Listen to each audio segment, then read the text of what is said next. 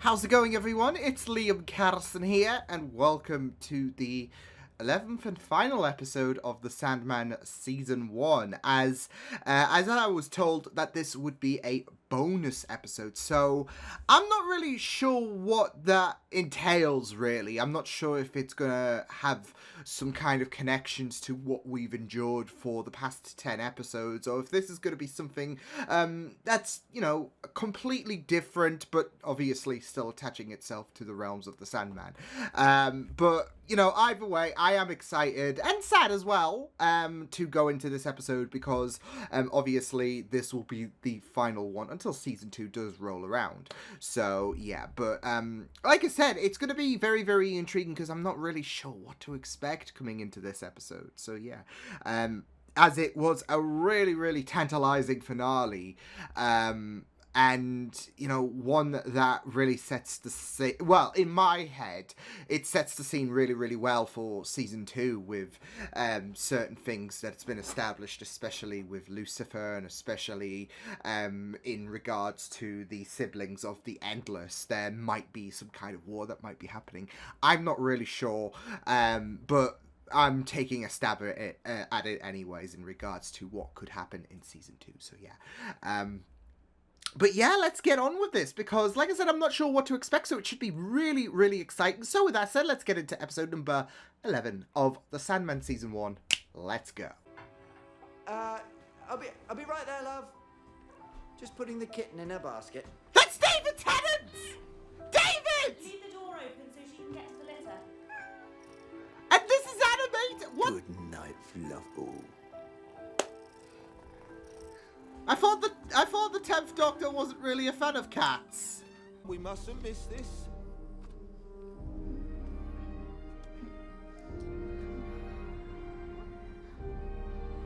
I'm gonna move you out the way.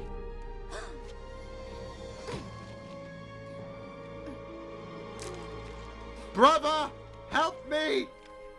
I'm kidding. Good jump. You just have to. We're sharp as winter. He was my choice of lover. I never saw him again, but I did not forget him. Bailed. Just completely bailed. I didn't remember my own mother, but I vowed I would be different. I would teach them how to wash, how to stalk silently, Be how to there hunt. for her kids. Really loving the intriguing animation here. Oh no! Whoa!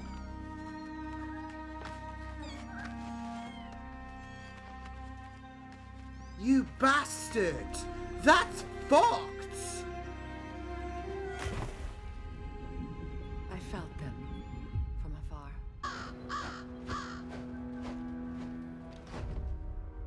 Why have you come here, little cat? To the heart of the dreaming. There is nothing here for you. I have come I mean, for it's not justice, Matthew. for revelation. I don't want to Wisdom. say it's Jessamine. Justice is a delusion. A small mouthful of fur and bone, barely a cat. Oh, I've come too all far these to be turned majestic away. I will state my creatures. business to the one I came to see, and only to him. I am a cat. I keep my own counsel. Enter then. Such valiancy. proud cat. World. We were larger then. Everything made for us. Humans were tiny creatures. We were the No dominant larger than we are species. now. They would groom us, feed us.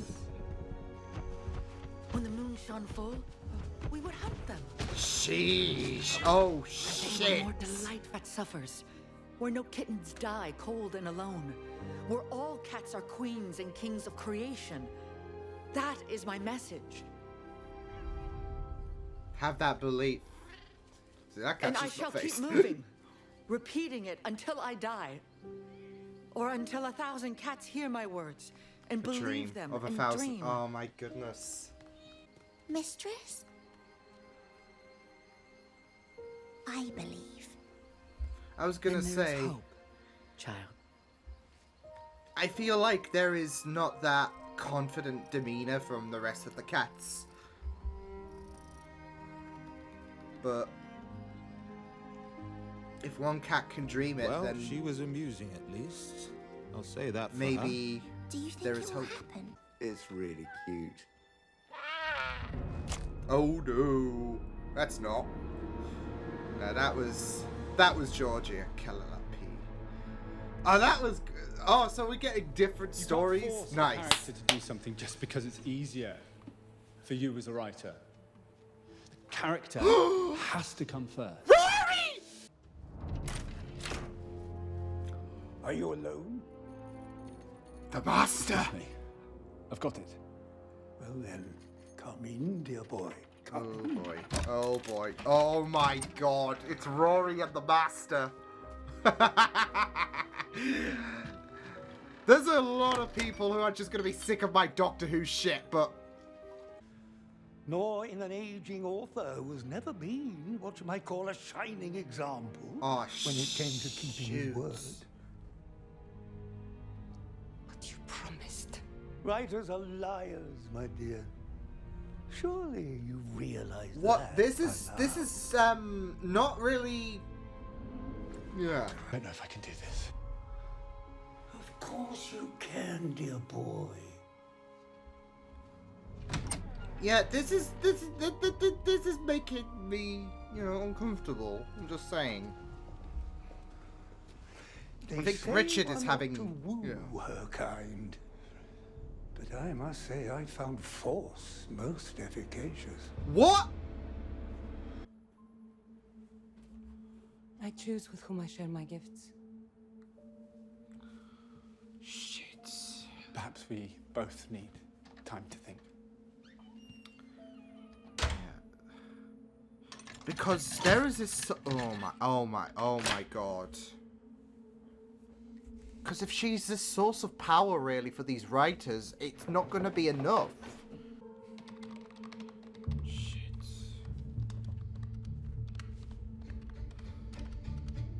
Yes! Let's go on Reddit! Reddit!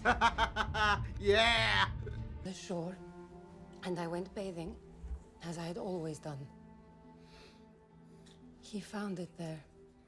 He read it, and said, "Calliope, you may call me master." And then he burned my scroll, Considering... which bound me to him, and now to She's you, talking about unless Derek you said Jacobi. words. First to inspire men like us. Richard.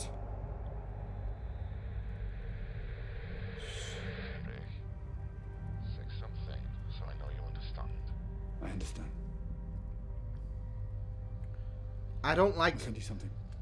Oh my god, I don't... Oh my god.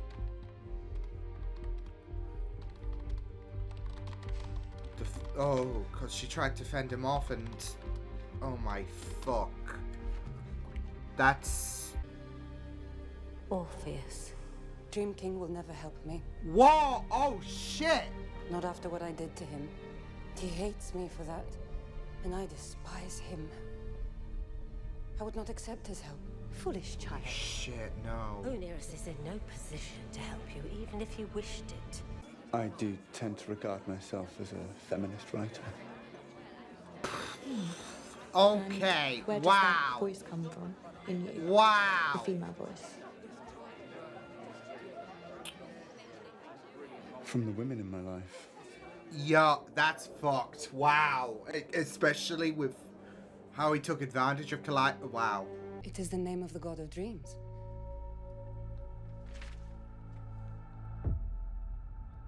No. You're writing him a letter. Something like that. Oh shit, here we go. Why? Because I was once yours.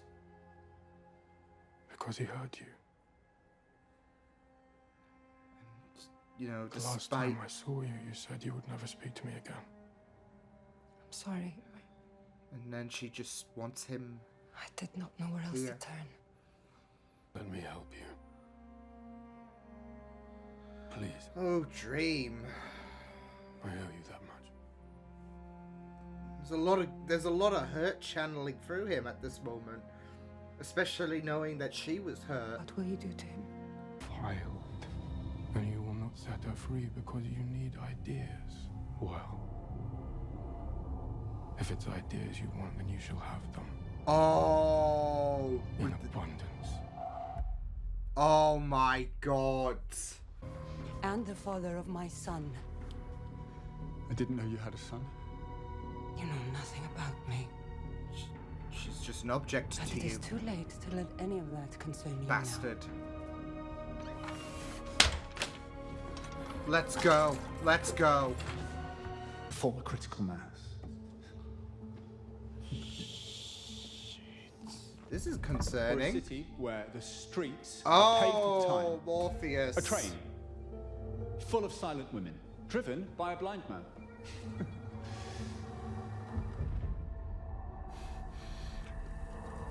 Morpheus. You wanted ideas. In a jam jar. A man who falls in love with a paper doll. Holy It's not. fuck! What's happened to your hands? Oh my God, I'm just having so many ideas. I didn't have a pen or any paper, so I just used my hand. His punishment. Oh my goodness. I needed the ideas. Oh. They're coming too fast. You need to get him to. You have changed, Oneros. In the old days, you would have left me here to rot without turning a hair. That plays on well with, you know, Do you still hate everything Morpheus went through. For leaving you. For blaming you for what happened. No.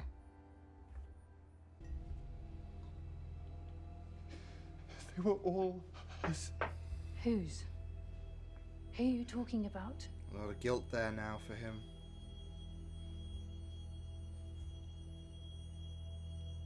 I have no idea. Shit. Grieve him properly. One day. Perhaps, but I understand. I want to see this explored in season 2, to be fair. Because, oof. So yeah, that was a really surprising way of, I'd say, concluding things with the Sandman. Obviously, this was a bonus episode, so, whereas there were some, I guess, tie-ins with what we've experienced as well, such as Morpheus, of course, being locked away.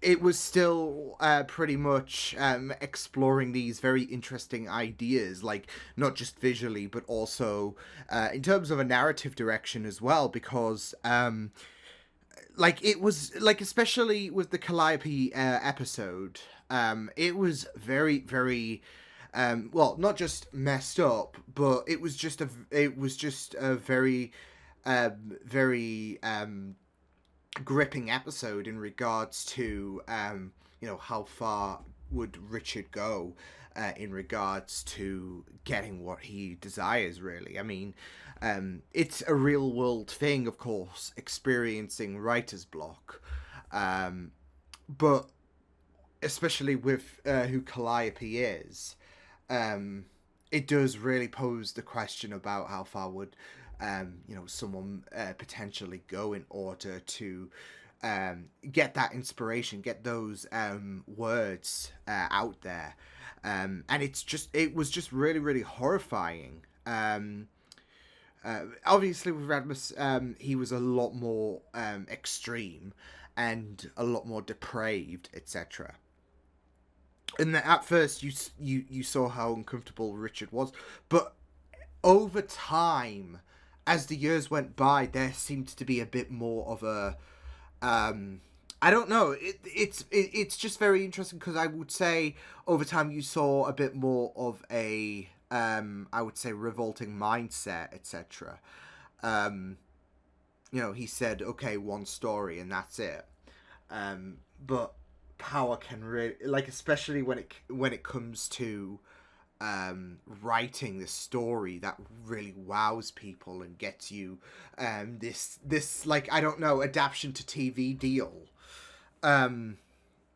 It's, you know, power can consume, and it's just a general thing as well. And anyways, power being a very, very corruptive essence, really, with Richard it definitely did. So, and yet there seemed to still be certain qualities I would feel in regards to what he tried to maintain on, like that diversity, like believing he was, feminist and whatnot, and you couldn't just erase him assaulting Calliope, from your, like you just had that sick feeling in your stomach when he got that call saying, "Okay, well, we need something, otherwise you're done." And that was, like, I feel like in that moment, of course, he, like, obviously felt disgusted in some semblance, but at the same time, he was just so desperate, and it doesn't excuse the assault, of course, but, because and even so, like we saw over time, I would say he got a bit more depraved, so... Yeah, and there was that moment where, like, he said about not knowing that Calliope had a son, of course, who was revealed to be Orpheus. Just a side note, I do kind of hope we get to see, or get to explore a bit more. Like, I feel like with this initial season of The Sandman, especially coming into the latter part of things, there is a lot of room to explore a lot of areas, whether it's the siblings of the Endless, whether it's Lucifer's uprising, whether it's, exploring more about Calliope and Morpheus and how there came that fracture and what happened to Orpheus. There is a lot to divulge into, and it does have me very intrigued to see what will happen. So yeah, but yeah, like I said, when Richard went to confront Calliope about the fact that she had a kid, and he didn't know, and there's just that sick feeling because at the end of the day, Richard used Calliope, and that's it. She wasn't a person to him. She was a means to prolong his power, if anything. So, and there is such a drive, like especially if you get a movie deal, if your ambitions of writing extends further in the stars, there is such a huge power drive, which is really like, especially with how he neglected Calliope, it is very, very consuming. And like I said, we saw throughout that second episode how he was losing himself more and more. So it was very, very fitting that he lost himself completely when Morpheus decided to punish him, because it went to a point of, oh, you want ideas? I'll give you ideas. And there was no filter whatsoever. He couldn't stop himself whatsoever. Like, he was coming up with all kinds of insane ideas as well. Like, you could hear some of the ludicrous statements that came out from him. And it got to the point where, of course, there was that drastic writing on the wall in blood. And like I said, when it comes to writing and all of that, and I say this as someone who does write himself, you want the right gears turning. You just can't write any random thing because you just want to kind of wow the people. So with that writer's block, he wanted the right cogs to turn. Because, like I said, you can write about anything really, but there needs to be the right. It needs to flow really, really well. There needs to be the right system. You just can't write anything. And what Dream did, he turned his mind into overdrive, spouting anything really into fruition. And with Richard, he wanted to wow the people. He wanted people to have that kind of sophistication in regards to his works, that appreciation. And you know, whenever you have a writer who just wows you in terms of the dialogue they've written, yeah, he wanted that. It didn't just, like, he didn't want to just be some, you know, average writer or whatever. And that's why that scene where he was just spouting everything and his mind was going essentially into overdrive, it was just really, really surreal. So yeah, but yeah, it was really, really, there was a lot of discomfort with that second story, quite so much, because you know how Radmus was absolutely he was absolutely creepy. So but I don't know if that's because obviously he's had a lot more time on his side up until, of course, this episode. So I don't know if he was in the same, like, when things started way back when, for him, when I guess he first confronted Calliope. I don't know if he was a lot, well, I wouldn't say a lot more generous, but more calmer than what he was towards the end, because some of the words that he came out with was just and I say that because, like I said, for me, we saw how Richard kind of descended in terms of his attitude. It was getting a lot more and more it was getting more and more frightening, really. So yeah, but yeah, it was just so, like, out of the story, it was just so surreal seeing Arthur Darvill and Derek Jacobi on the same screen. And I say this because way back when because, like I said, and I'm sorry for anyone who just gets so bothered with my Whovian side just coming out in this episode, but there were just so many. There was Georgia Tennant, there was David Tennant, and yeah, but way back in series 5, like, a lot of people theorized Rory would be the Master, and here we have essentially Rory meeting the Master. So yeah, but yeah, it was like, that story was just really, really frightening, and I felt so bad with Calliope as well, like, especially with how I don't know, massive of a role she was in, I guess, Greek mythology. And you have, you know, these people take advantage of her just to, as well as the fact that, they, and the thing is, I don't know if, because of the fact that, obviously Radmus was poisoned, I don't know if that was down to Dream. Because I was thinking that as well, because of the fact that there is that idea that, okay, well, Radmus has considered himself fortunate, but then again, obviously you had Calliope call out to Morpheus and he answered the call.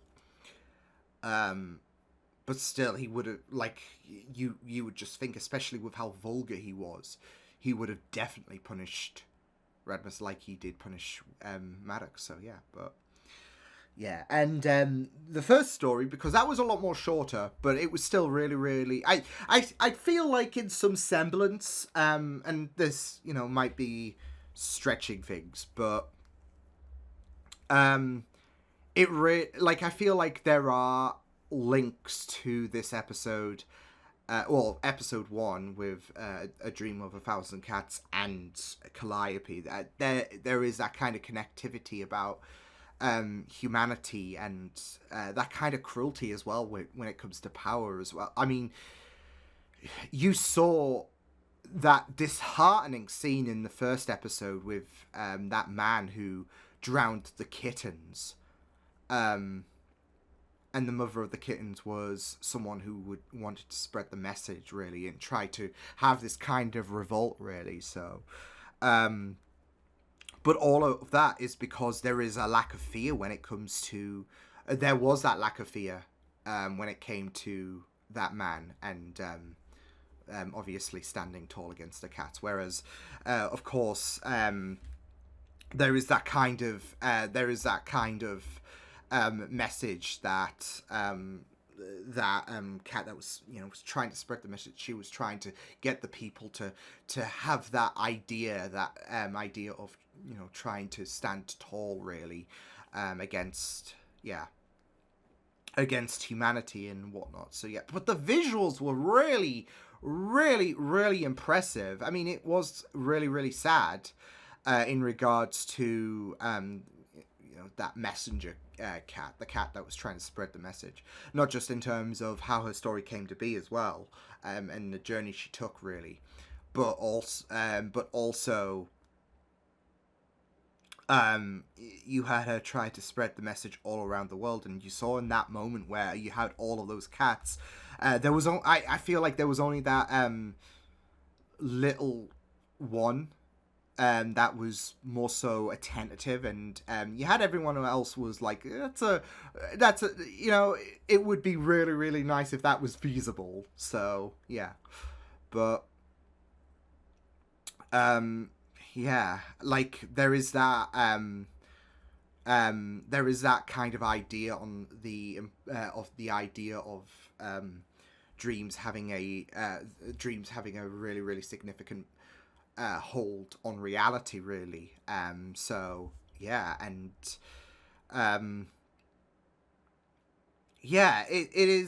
It was just really, really powerful stuff. Like, I'm glad that David Tennant was more so benevolent in terms of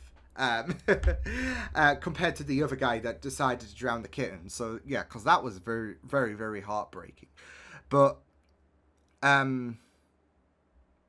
he wouldn't, obviously he wouldn't do that if cats were the dominant species, of course, right? So but then again, there is that power, that there is that cruelty, really, and there are people who, especially when it comes to animal cruelty as well, like in the Calliope episode, you had someone taken advantage of, and sadly there are cases where men can take advantage of women, and it's really, really fucked up. There is that power, really, and that's why I'm saying there are certain, I feel like there are certain links, because you have some people who just abuse animals, like that person who drowned the kittens as well, and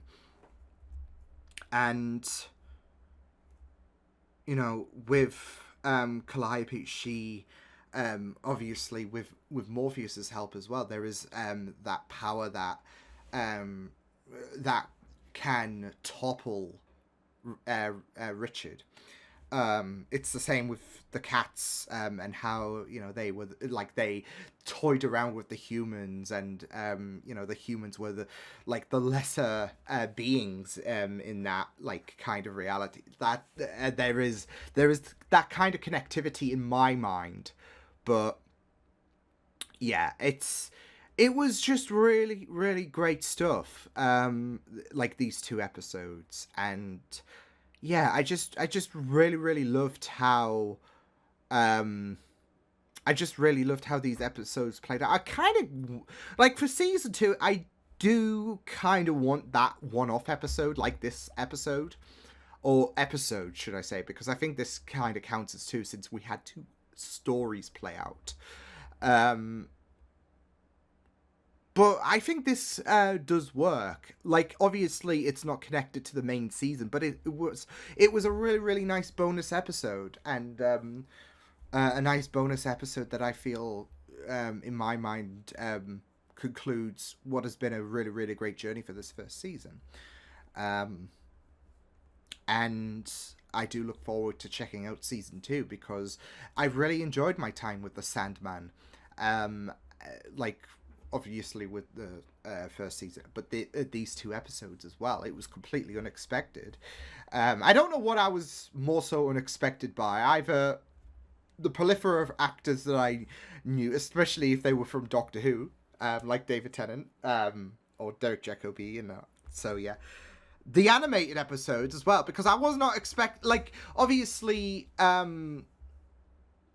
when I was told about the fact that this would be a bonus episode, I was thinking, okay, so I'm not sure what to kind of expect with these episodes, because I don't know if there's going to be any kind of close association with the main season, or if this is going to be something completely irrelevant and all of that. But I was not expecting an animated episode, and, you know, the visuals are just pretty striking as well. So, yeah, I kind of want more of this in the future.